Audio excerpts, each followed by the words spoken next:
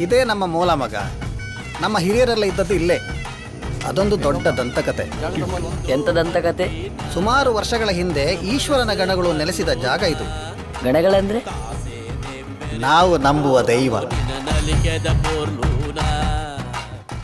ವಾಪುರ್ಲೋಯ ವಾಪುರ್ಲೋಯ ವಾಪುರ್ಲೋಯ ಕೆನ್ನಾಗ ಪಾಡ್ದನ ನಿನ್ನ ನಲಿಕೆನ ಆಸೆ ನೆಂಬೆರೆದೊಟ್ಟು ನಿನ್ನ ನಲಿಕೆದ ಪೊರ್ಲೂನ ವಾಪುರ್ಲೋಯ ವಾಪುರ್ಲೋಯ ವಾಪುರ್ಲೋಯ.